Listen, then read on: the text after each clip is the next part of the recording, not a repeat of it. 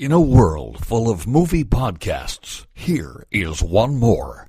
Welcome to Defend Your Movie with Sean Donnelly and Andrew Fiore. The time has come again. A champion must stand. It can only be one of us. Victoria! So stand up and fight, my friend. There's a title you must defend. Shut it on and on. Bring it to me.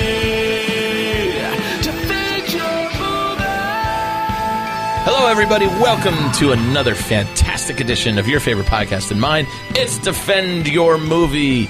I am one of your co-hosts, Mr. Andrew Fiore, along with my very caffeinated, my very No, I'm not quenched- caffeinated. Oh, that's not caffeine? No, Oh, that's it's seltzer. Ah. Sugar. I just had some M&Ms, The very sugared. but I'm off the soda and I'm off the beer right now. Oh, because you're sweet enough, buddy.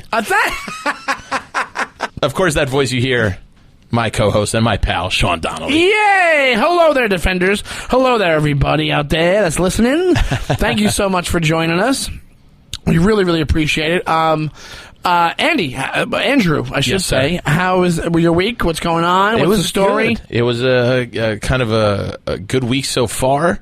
I'm knee deep in playoff baseball. Go Yankees! I know that's going to irritate some defenders out there, but you know, you grow up where you grow up, and you root for who you root for. Yeah, but you are like a diehard Yankees fan. I'm a diehard sports fan when it comes to my teams. Yes. That is true. And you love the Yankees. And did they lose yesterday? I believe they did. Lose. Currently, they are down. They have a rain out today. And they are. The next game will be Game 4. They're down 2-1. Not the end of the world by any stretch of the imagination. No. It's just that they're playing a very well-staffed Houston Astros team. Very good pitchers. So It's like nobody's out injured, basically. yeah. That's what you're saying? Right. It's gonna be a tough hill to climb, but they can do it. They really can. So. Great. I love fall baseball. I love just this time of year. It's a fun time. It's a great time to watch movies. Just curl up in a blanket. It's a little chilly outside, and that's it's what I the did best. last night. Yeah, You just kind of like, it's good. It's good. You movie hug time. yourself a little bit. You Yeah, get there. exactly. You spoon yourself. You're the big spoon and the small spoon, Andy. Yes, You're I'm right. one of those wooden spoons you use for stew. One of those cauldron spoons? One of those witch cauldron spoons? It's a giant stretched out spoon. Well, yeah, I agree. I think right now is like the perfect time just to chill and watch stuff.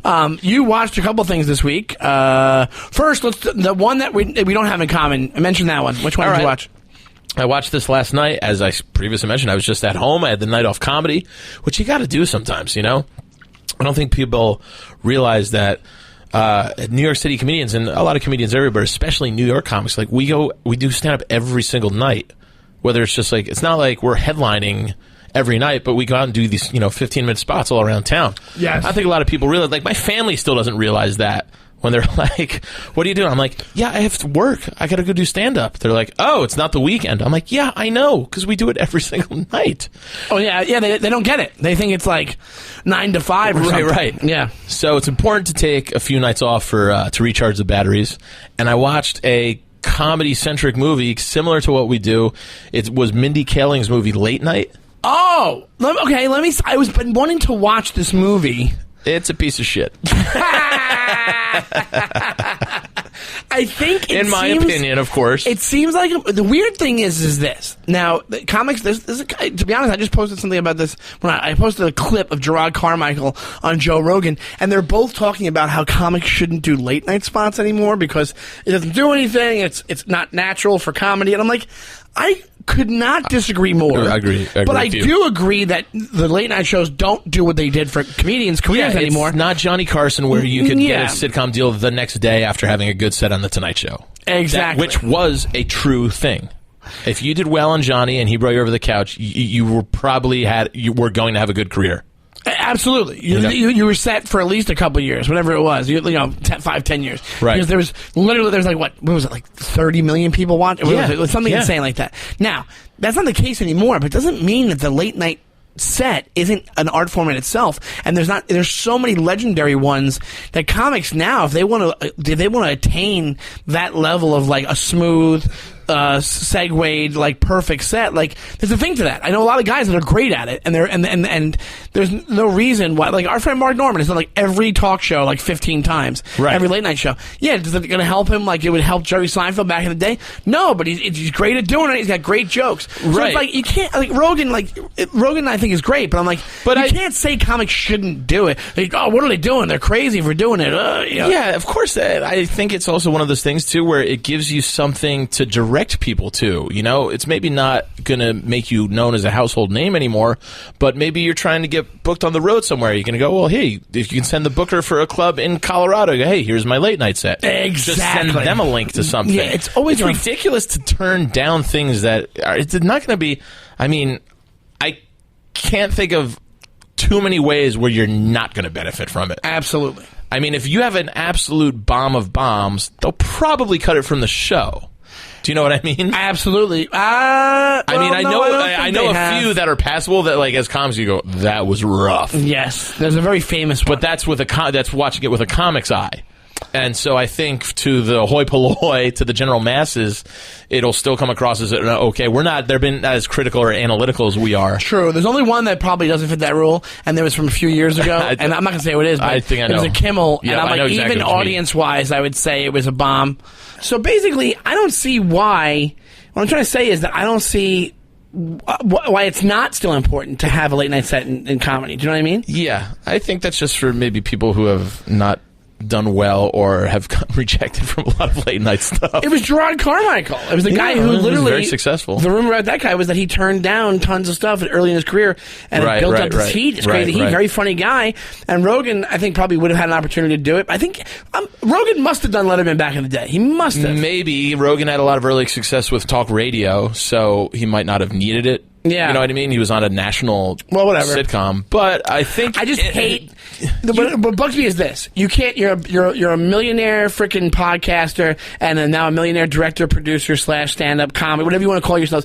Don't fucking sit there and say that other comics that are working for a living shouldn't do late night. And especially after all the career milestones and whatever you've achieved and the tenure and length of your career, you should know every comic has to find their own path, their own way. Absolutely. And not everybody is doing fantastic. So every little bit helps. Right. The only advice any comic should ever give any other comic is get on stage as much as possible. Right. And obviously that's not the only advice, but like when it comes to stuff like that, it's like everybody's got to find it for themselves. Right. But I'm saying one late night appearance could benefit you; it could not benefit somebody else. So I'm just saying business wise. That's what I mean. I mean, like just literally like career wise, what might not matter for you anymore because you have a different path, like you said, different stage matters for a guy that's going to do a random room in Pennsylvania next week. So you have to keep that in mind. You have to keep that in mind. You know. So with that being said, this is Late Night. The movie is about a Indian girl, Mindy Kaling, who literally works yeah, she's really good. She was great on The Office. She works as like in a chemical plant in Pennsylvania, or lives in Queens, works at a chemical plant, etc. The movie shifts into high gear diversity very quickly. It makes the late night talk show all straight white male heterosexual writers room of this late night talk show. It's Catherine Newberry Tonight. It's a very Letterman. And it's Emma Thompson. It's Emma Thompson. It's a female David Letterman. It's an all white staffed writers room. She has been on the air for 30 years, and they literally need a female hire. Right. Even though the host of the show is female. Yeah, correct. Okay. The way it works is Mindy Kaling just comes in off the street with no comedy writing experience and automatically just uses some sort of writing sample that she won an essay contest with, where she was able to sit down with any executive she wanted, and she got in with the executive because her parent company owns a parent company that owns the cable station that puts on the late night talk show. Oh! So she used this to get in and have an interview with the head writer and executive producer of Late Night with Catherine Newberry. So, of course, the timing worked out perfectly because they need a female writer. And even though she has no comedy writing experience whatsoever. So all the evil male the writers are there. Yeah. Yeah, so she's got all that working against She's like, her. you're going to give this job to a girl? Yeah. My boss, who's a girl? No, there's literally one scene where like 3 white guys come out into the waiting area And one of the monologue writers' his brother's right there. He's like, "Hey, man, nice to see you. You're shooing. It's great timing. We just fired a guy." It's like, come on. And so it's just like, yes. So is that why you didn't like it? Because of all the tropes? Well, that was part of it. Part of it was just it wasn't just a good. It was just a bad movie where every little thing worked in perfectly. and out of the theaters very quickly. Yeah, I mean, I stayed with it because it was like I just like to see the way they recreate a world I'm a part of. Sure. In the late, they always get something wrong. Yeah, they touched on very little right and a lot wrong. Where it's just like you're just pandering to the way people think it is. Yeah. You're pushing a different type of stereotype. Don't Yeah. you understand what you're doing? And then, of course, they go through all the whole conflict and everything. And then Catherine Newberry, is getting replaced by this white, really dirty Daniel Tosh type comic. But that's not... Exactly. Yeah, it's ridiculous, That's Shawnee. not the way it's going. Exactly. And then so she has to recreate herself, and with the help of Mindy Kaling, her new diversity hire. Oh, God. They turn the show around, and literally the last shot is a pan through the all-new writer's room where there's clearly diversity and there's I mean, it could... It's just one of those things where, like, you go, all right, can you be more fucking transparent in their pandering? Here's the thing about... I didn't even see it, but my issue with what you're saying is this... When comics, if you're a comic that most comics respect, funny is funny. Like that's the thing. Like the Comedy Cellar, where we both work, got a lot of shit for a while. The people saying, like, there's Guy Branum, who's a comic who I'm actually friendly with, a very funny guy, big dude, gay comic, gave them shit for not being more diverse. But they've been diverse for years and years and years and years. So like you can't, if there's no there, you can't go for it. Yeah, and that's like that's an outside. He doesn't work there, and that's an outsider's perspective on what they think suits their image of this Comedy Cellar. Right. You and I sit at the table next to blacks, whites, females, males, Absolutely. Whoever. Yes. And so it's just all right, come on, man. But he had issues. There was like no trans comics, and it's like, well, but then Rich Voss, we got one now. Yeah, now there is one. But then there's also like at the time there was like 4 trans comics working in the whole business, and then right. And then at the time Guy Branum had a show. This is my favorite thing ever because Guy Branum had a show on True TV, and they asked him, "Do you have any trans people on your show?" And he said, "No." So you can't do that either. Yeah, like it has to be across the board. So it's one of those things where it's like everybody needs to fucking take a beat, and things are changing. We see it. Yeah, everybody sees it. Now, should they have changed? Yeah, you want more inclusivity. You want absolutely, but the fact that like the way that movie is about 10 years too late. Because for the past 7 years, what's been happening is these writers' rooms have been... That's what it's been. It's been diversity higher. So it's like, that's not... You're right. That's not a mirror image of what's going on. And also, there's no way that one of if it was like a Letterman-type female, like it was like, say, it was like Joan Rivers and her show kept going instead of getting canceled back in the day. Exactly. Like that kind of thing. There's no way ever that she would be replaced. If she was that much of a legendary comedian, she would not be replaced. Of course. Not be replaced. Yeah, it would was not ridiculous. Happen. Would not happen. I was just sitting there going, come the fuck on. Yeah. And by the way, it's like, can we just go back? Nobody, the people who scream and cry about this stuff the most are always the people who's, is it why? Because I'm this? Is it because I'm this? Is it because I'm this? Well, then shouldn't it just be merit-based? Shouldn't you just get something based on the merit of your character and work? Yeah. All right, then case closed. Yeah, that's absolutely. all we got to say. It's so silly. But no, in terms of the movie that you're talking about, it's just not the way that it is. It was so far off. The comics I know are in support of comics. I don't care about, it's one of those things where, yes, there's stuff like that happens, but it's like one of those things where it's like, but that it's true everything was so easy, and it was about as a G version of what a writer's room. It's right. Oh my That's god, funny. Yeah. And the other movie that you watched, we both watched it. We both watched this, and we should mention R.I.P. to one of the, I guess maybe co-stars of the film. Yeah, absolutely co-star. Lost a great one last week in Robert Forster. Yeah, Robert Forster. Jackie Brown. Favorite of Tarantino. I know mostly from Jackie Brown. Career resurgence, I think. Yeah. I think he was a big 70s guy, and then he came back out. And he's great. He's badass. Yeah. He's like one of those like you want to talk. He's like one. Descendants. He was really good in. If you remember that movie, George Clooney. It was really sad. Movie, but it was really good. Descendants. I He plays forgot the about that father-in-law. movie. Yeah. That's right. He's in a bunch of little stuff after Jackie Brown. But the movie's El Camino, the Breaking Bad movie. Yes. And what did you think? I thought it was okay. You thought it was okay? Yeah, just okay. I thought it was good. I thought it was a good liked wrap up. I'm glad that they gave. Here comes a spoiler. They gave Jesse a happy ending. So if you Yeah. haven't seen it, I just ruined it for you. But you should have turned it off. And also you kind of could assume that was going to happen. Exactly what I was going to say is that I like when you have a beloved TV show that has a really good series finale like Breaking Bad did. You got closure on Walter. You had a little bit of, I think Jesse's going to be fine, because it's implied when he's screaming driving away in the finale of Breaking Bad that he's going to be okay. We don't need everything to be Spelled sealed in out. stone for us. You go, yeah, you don't need closure on something like that. Like Walter was the star of the show. He died. Yeah. Jesse was 1A in that show. Yeah. But it wasn't necessarily his overall show. It was Walter White's show, not Jesse's. Jesse had a But he became perfect such a big ending part where of you go, it. I'm glad he got it. He's going to be safe, and he's going to drive away, and it's going to be great. That was why I was like, this was nice to be back in the Breaking Bad world. I felt good watching it. I go, oh, I loved this universe. Yes. I loved the Breaking Bad universe. Absolutely. Yeah. I enjoyed seeing the familiar faces. Sneaky Pete. Or what was Yeah, it? Skinny Pete. Skinny Pete. And, Badger. So when I was watching it, I go, this just feels nice to be back here like this. Yeah. But it was unnecessary in my overall opinion. I thought Well, I'll tell you. the flashbacks were cool. Flashbacks were great. I love the scene between Mike and Jesse. I love that.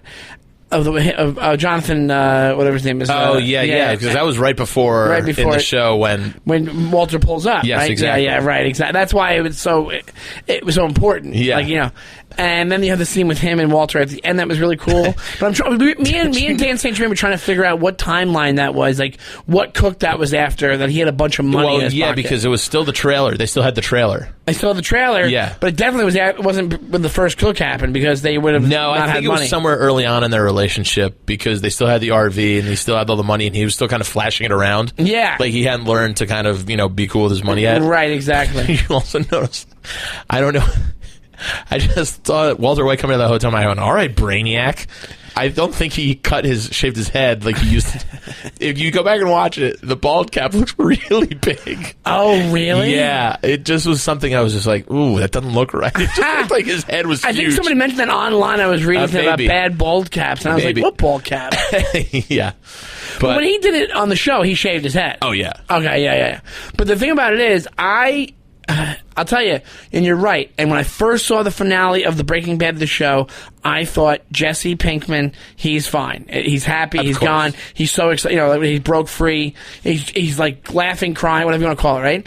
But I think it is realistic to think if you're putting this in the real world, and it was always based in a pretty real, like, reaction time, real response Yeah. to what was going on. Like Hank was almost going to catch this guy multiple times. The wife was mad right away. That's real life stuff where it's Yeah. like she probably would have caught him right away. The second phone, she catches him within like 4 episodes or something crazy like that. So they had pretty real world reactions to what was going on. So it does make sense to think, why would you assume Jesse's going to be okay? Because he's wanted for what he did, and then Oh, yeah, okay. yeah. I buy that. So after a while, at first I said, yeah, he's going to be fine. So that's why I was fine with them continuing his story and getting him out of there. Yeah, you know? so you get closure on Jesse Pinkman. Do you think there's going to be any other standalone stuff? No, I don't I either. hope not. What else are you going to do? Like, You would do like what Walter White's kid or something. It would be like so stupid. Yeah. But I read an article about a very early original idea was a way sadder ending where somehow he gets himself, he's anxiety ridden the whole time, and he escapes and he goes and he just can't live with himself, and it's much darker, and he's anxiety ridden the whole time. Gets himself to the Canadian border, meets some girl that he has like. there's a way that he can help her Yeah. out of some jam, but he knows he's going to get caught. He helps her, he gets caught, and it ends with him in jail. But he's totally content because it's finally over. And he Yeah, can, you know, whatever you it is. notice that Skinny Pete trailer was not a part of the movie at all. Like Yeah, I Skinny know. Pete It was and- just a trailer, but that was one of the stories. That was one of the stories early on, and then he would tell people about it, and they were like, "No, you can't put him back in a cage. You can't put the character back in a cage at the end to make that." But he snapped out of that PTSD real quick. Yeah, that's the only unrealistic part, I guess. He takes a shower and he's like, "What's up, guys?" That's a great shower. Yeah, That's one great shower. absolutely.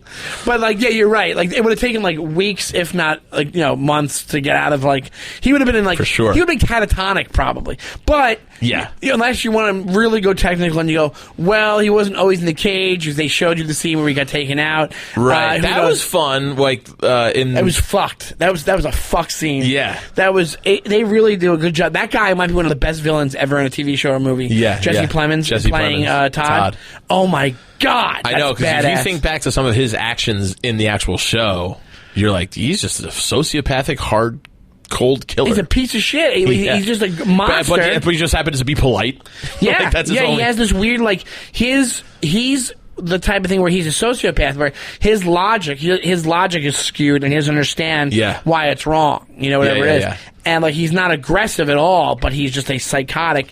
And like even that little tidbit that he had, the tarantula that after he Yeah. shot the kid, he kept its fucking tarantula. Yeah. Like oh, I didn't put that together. Oh, that's I what didn't- that tarantula yeah, was. I didn't remember the tarantula. And somebody else online on Twitter or something said it might be a nod to his Black Mirror episode. I never saw his Black Mirror episode, but for some reason it's tied into the tarantula terrarium or something like that. don't But remember the his- spider itself. That's got to be the one from when he shoots the kid on the motorbike. Oh, yeah, of course. It's got to be. Yeah. And that's what they're trying to say. Like, look at this sick fuck. He kept the spider Yeah. from that day as like almost like a serial killer trophy or whatever it is. You know, so It was nice to see his girl in the end. Like he imagined, which I thought they were going to cut away. I forget her name. Jessica? No, the girl who OD'd. her name is Jessica Jones in the other show. She Right, plays right. Jessica Jones. I forget her name in the Wendy or something. Not Wendy. It's like no, Wendy's the crackhead. Wendy. No, Wendy's the crackhead one. It's somebody You else. might want to do something about that hair. That's There Wendy. it is. There it is. Oh my Wendy. God, we can't go I know. 45 minutes without doing it. That's the Seinfeld Wendy reference. Malick, of course. She goes, and then Carol Leifer says she's right. Who Elaine is based off of, Carol Leifer. Yep, exactly. But yeah, that was. I thought they were going to cut back again. It was going to be Brock's bomb, That's what I thought too. which you saw him mail the letter to Brock at the end too. Yeah, maybe that's why they didn't do that, because he mailed a Yeah, letter to yeah, Brock. yeah. So, but I thought you were going to say like, yeah. I think you're right. I thought it was gonna have horror. Because and those are some- his two chicks. Yeah, but apparently I didn't realize this. It's pretty great. The scene of him driving in Alaska when he's leaving is the same angle as when he's driving off the Yeah. off when he's in the cage Yeah. and he gets set free. Same angle. Yeah, I thought But that now was he's nice. totally content. Right. Yeah. So overall, like I would say solid. Somebody else wrote, "It was nice I'm happy for Jesse and all, but how about that wonderful cable knit sweater?" Yeah, he got a great outfit on. He makes you want to move to Alaska. And also, they kept the vibe. It was almost like they just continued the finale because they kept Yeah. the vibe of the Western vibe they had in the finale. That's what the whole series is supposed to be, Western influence. So the fact that they had that shootout, that OK Corral shootout at the end with that dude, who you were like, yeah, I don't care if this guy fucking drops dead. Right. And then they have the trick. The trick with him with the gun in the pocket must have been an old Western TV show Yeah. thing, like a black and white Western TV show thing. It must I have don't been. know that actor's name, but I love him in everything. The guy he's in. he was- shoots? Yeah. I don't even know him. He's in The Mick. He was great. He played Jimmy Never in The watched Mick. it. Oh, very great, underrated show, canceled ahead of its time. And I just saw something else that he was in. And but he always plays these great. He's in Righteous Gemstones. Oh, is he? Yeah, he plays. Oh, he plays the guy. Right. Oh my God, that's right. And he's always just realized, I got that guy's solid and everything. Yeah, he's great. He's a good actor. That guy. Candy in Candy Welding. if you're looking for the guy that's we're what he's talking about. Yeah. But that's what I watched. And What would you give? I'd say it's solid B+ for the movie. B+ sounds about right. Yeah. Like I said, my favorite thing about it was that I just was back in that world. It's almost like, yes, totally. And it's almost like you're watching it just to make sure that something bad doesn't happen to Jesse. Like, you're almost like, let me just check in on this guy and make sure that he survives and everything goes okay for him, technically at the end. It was You know? nice, too, to see Badger and Skinny Pete using the money Walter gave them in, like, the finale. Yes! That was cool.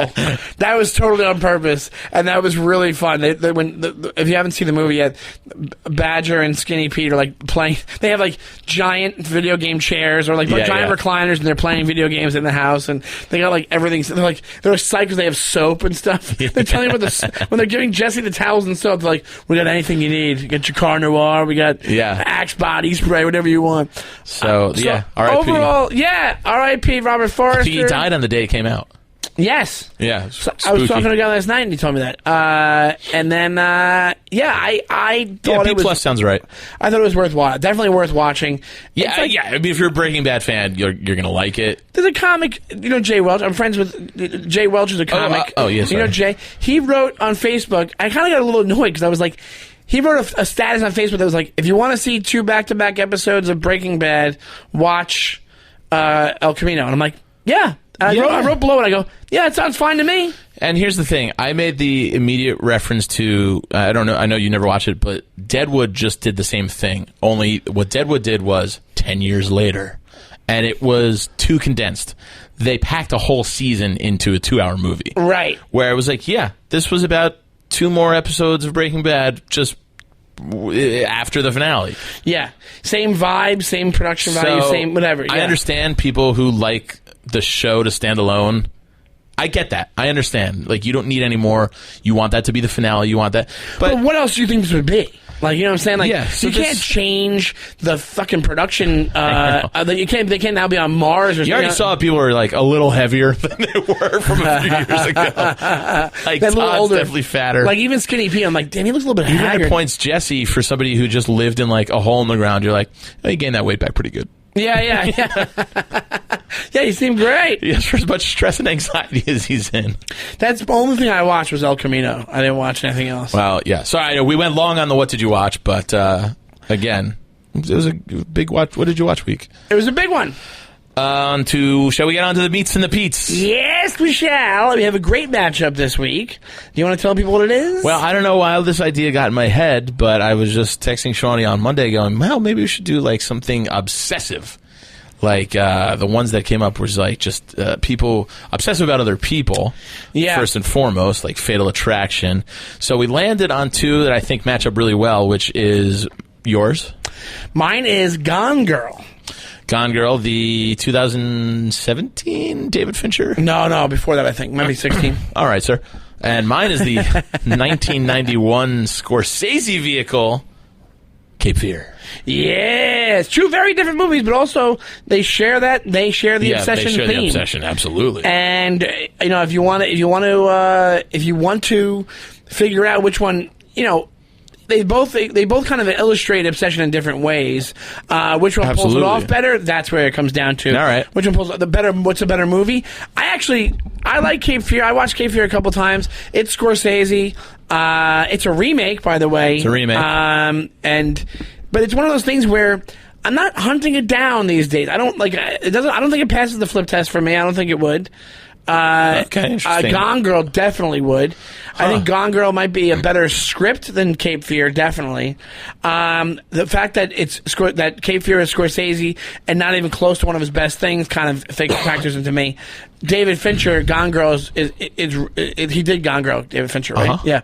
Yeah. I love David Fincher. I've said it a million times in the podcast. I like him a lot. I like him a lot. And I am a big David Fincher fan. I think he's underrated. I think he's a fantastic... You don't think he's rated? No, I don't think he's rated. I think that put him up against... I'm sorry, just directing. You put him against a lot of guys. He has his own style, man. He's not just straight down the middle. That's why I think a lot of people who know movies give him the credit that he deserves. Who gives him the credit that he deserves? I think in our ilk, I would. I certainly would. And for the reason you said, he's got his own style. He's pretty respected within the industry, I think. I think people who know movies go, yeah, David Fincher, great. But do you think of him as like an auteur? You don't think understand the lines? You can put him up against Tarantino, I think. You can put him against a lot of these guys. If you're stylized, maybe because it's a different style, Tarantino's more like, he's a writer-director. That's when things get a little bit messy. When you're just a straight-up director, and like even Tony... Okay, you put him against directors, and he kills it. He's better than Tony Scott. Remember when Tony Scott was around? Absolutely. Or even Ted Demme or Jonathan Demme. Any of those guys. I think, like, Jonathan Demme's a perfect example. Okay. Jonathan Demme. Heralded as an amazing director, right? Yeah. I think David Fincher blows him away. I think he's much more crisper. Like, David Fincher reminds me of like a darker Coen Brothers, where he has these shots that are very deliberate and very framed very well and everything. Like, you're watching it and you know exactly who made the movie. So that's why I don't think he gets it, because he's not writing them as well. I don't know if you would go and watch Gone Girl and go, oh, this is an absolutely David Fincher movie. I don't know if he's got that signature style yet. Oh, I think so. I think it's just... He makes a great movie, don't get me wrong. For some reason, There's a lot of directors I know who could have directed Gone Girl and have been the same exact movie. You don't think so? No, I don't. I think there's this thing to it. Like, if you look at all his movies, like, they have, I think it might be in the lighting, it might be in the way that things are framed, but they're almost very very thrillerish. Like, it's like the utmost quality you can make a thriller. Like, he's great at that. Like, he's great at creating tension with what he's putting I'll give you in front of the camera. So, like, even if you look at Social Network, I look at Social Network and I look at Gone Girl and I see why they're from the same director. It's not, do you know what I mean? Like, he even there's through lines in there of, like, I think of them as shot very similarly. Like, or name anything else that he's done. Seven's darker than those, right. I guess. But wait, he did 7 or he didn't? Yeah. He did do 7. But it's also from way earlier on. Like, yeah, things are going to change like that. But I'm like, but you still have that dark themed, putting a darker theme on regular movies. Like, all right, well, that's why I think if other people, like, name another director, they did it might just come. What? Scorsese has those movies. You go, this is a Scorsese movie? You know what I mean? I'm relenting. What, a point After there. Hours or yeah, but there's some that's a comedy anyway. Yeah. I'm giving you a gift here. Take it. No, of course he can have variety. But what I'm saying is, he's knocking up the level of, like. All right. Well, for how much he's then respected. Let's put him head to Hold head. on, I'm not done. For how much what he's thought of in industry, or how I perceive of the director he's thought of, he's better than what he's perceived as doing. I think. You think he's underrated? I think he's underrated. Yeah, right. So in so many words. Yeah. Okay, but if we're gonna do 1 for 1, then. I mean, Scorsese over Fincher any day of the week, but not with Cape Fear. I think it has that ratio Fair problem. Enough. You watch it anywhere else, it has that ratio problem. Okay, watch Cape Fear on do this TV. way. It looks cloudy. It looks too close up. He gets right up their freaking nostrils at certain points. But you know that's Scorsese. You can see those shots and those fast moving. But he fucked up on that one. But he does that with Goodfellas too. But it's knocks out of the park with that, but fucks up on Cape Fear. All right, then let's go cast. Nick Nolte, Robert De Niro, Juliette Lewis. Yeah, you're not going to Jessica get me. Lange. You got me on cast. Right. You absolutely got me on cast. A Best Actor nod, not a win for De Niro. Gone Girl, Best Picture nod. Yeah, Best Picture but that's nod. also Best Picture nom. Yeah, a nomination for the old Oscars. So you can't. Cape Fear, it might have been nominated as well. I don't know. I don't think it was for Best Picture. Plot structure, I think it's both takes a few twists and turns. Here's the thing. I prefer Cape Fear over Gone Girl, and I like Gone Girl. But I will relent this point. Cape Fear seems a little too easy, convenient in a lot of its twists and turns.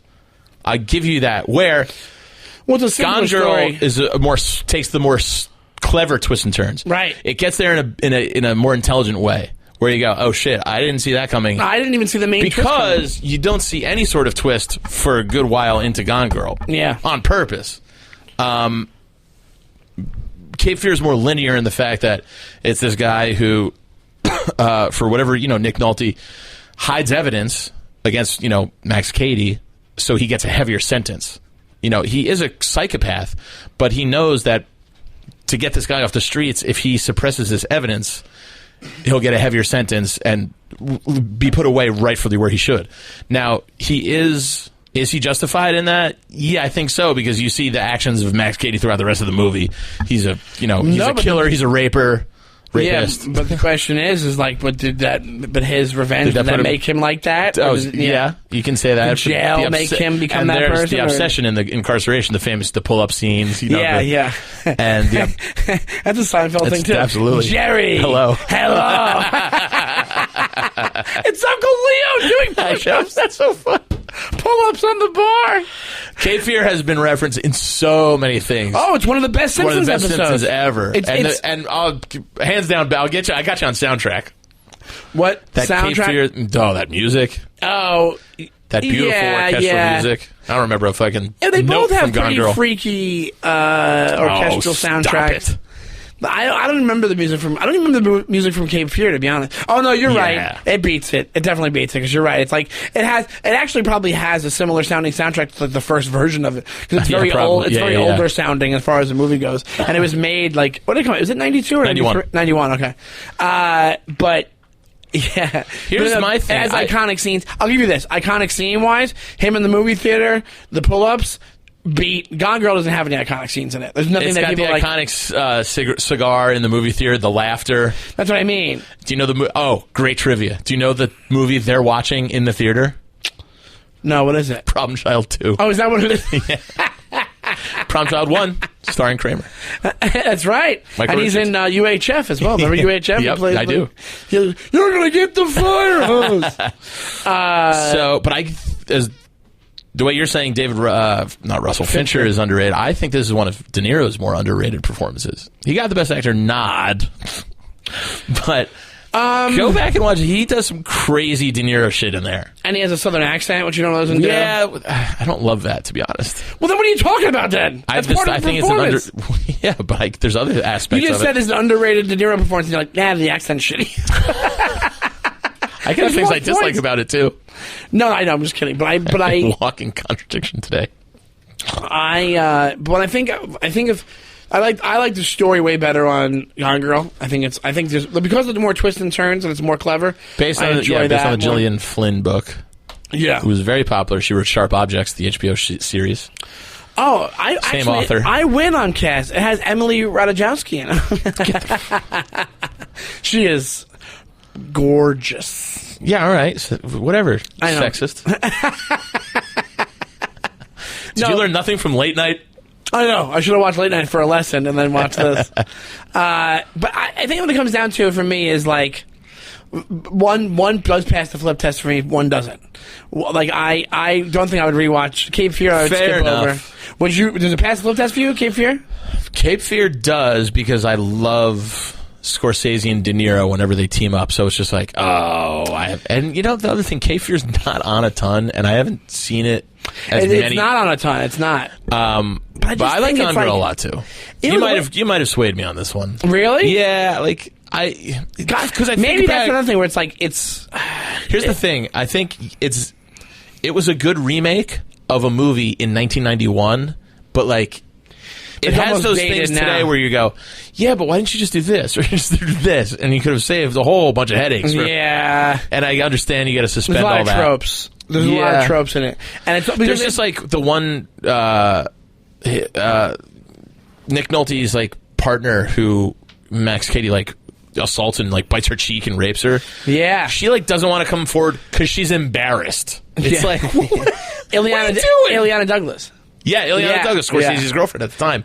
Oh, was it really? Also, a George Costanza girlfriend. Yes, she was. She's the one that won't let him break up with the other one. Yeah, she's super tan. He goes, why haven't you ever dated her? He goes, she's too tan.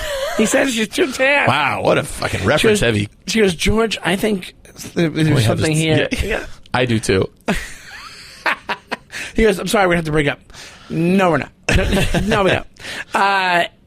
She was Scorsese's girlfriend during the time of filming? Uh-huh.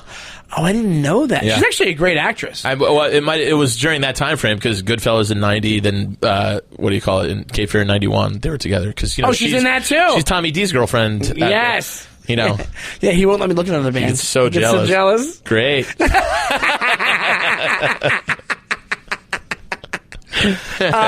So here you go. Leonard Douglas is Wondering who I'm kissing here. But you also you might have one of the best things that Neil Patrick Harris has ever done. Like it's the opposite of what you think of Neil Patrick Harris for. He's a psychopath in Gone Girl, and you usually see him singing and dancing or playing the How I Met Your Mother or whatever it is. And in this, he does a really good job of playing like a stalker, or whatever you want to call it. And then it might be Ben Affleck's good in it. But think about Tyler Perry's kind of good in it too. He's great in it. He's good in it. Feels weird to say. Yeah, because he doesn't do much like this. What is her name? Who plays his sister? It's a more alliterative name. Oh god, she's great though. She's fantastic in everything. She was in not the others.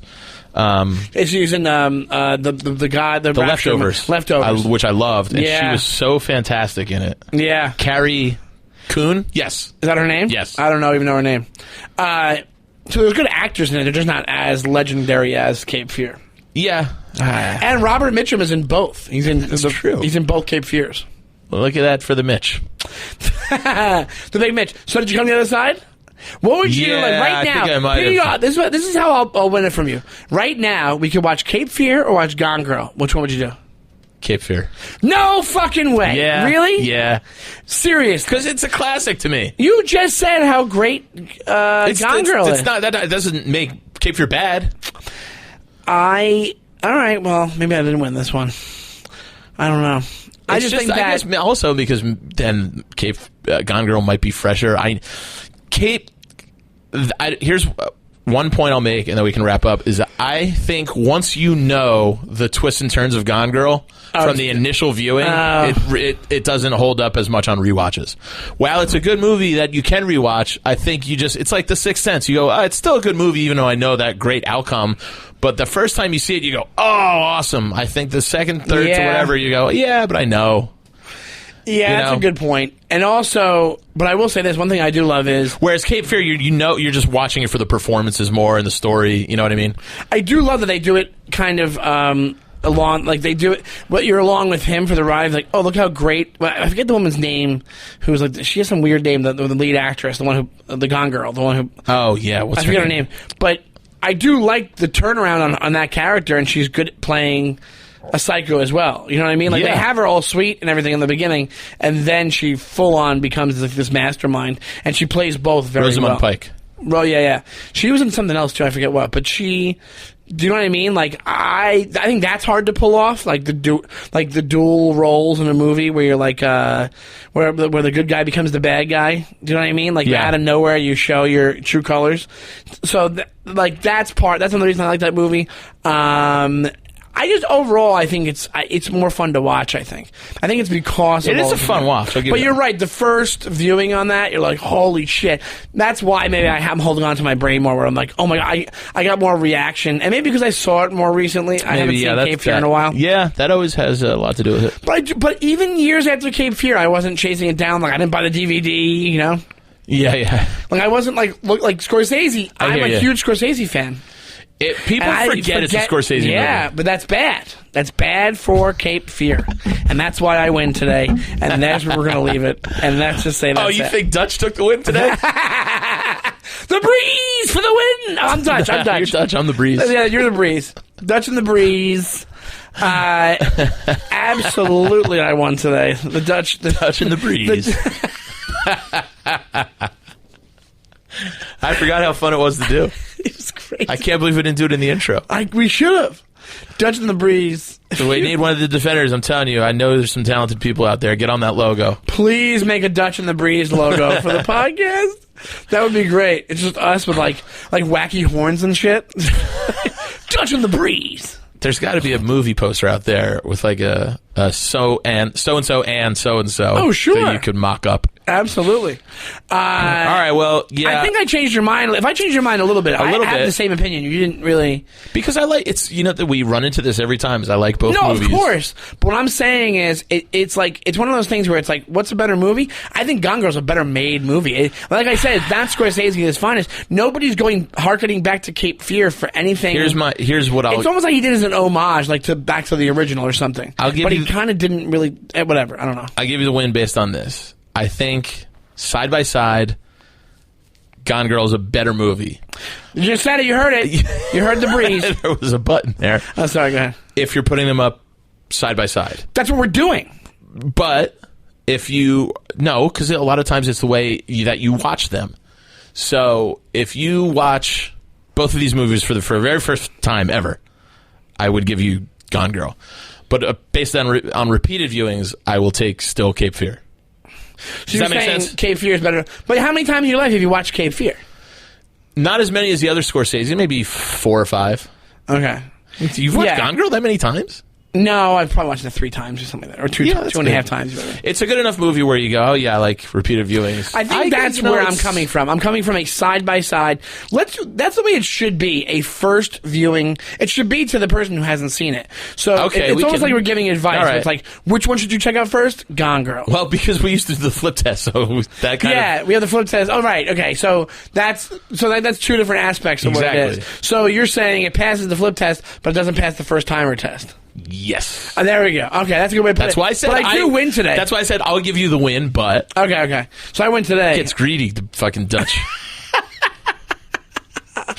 Feels good to have a win. I feel like I lose a lot. Yeah, you don't win a lot. You don't win a lot. I don't win a lot in life and on the podcast. Better hurry it up, son. I'm in Dutch with the wife.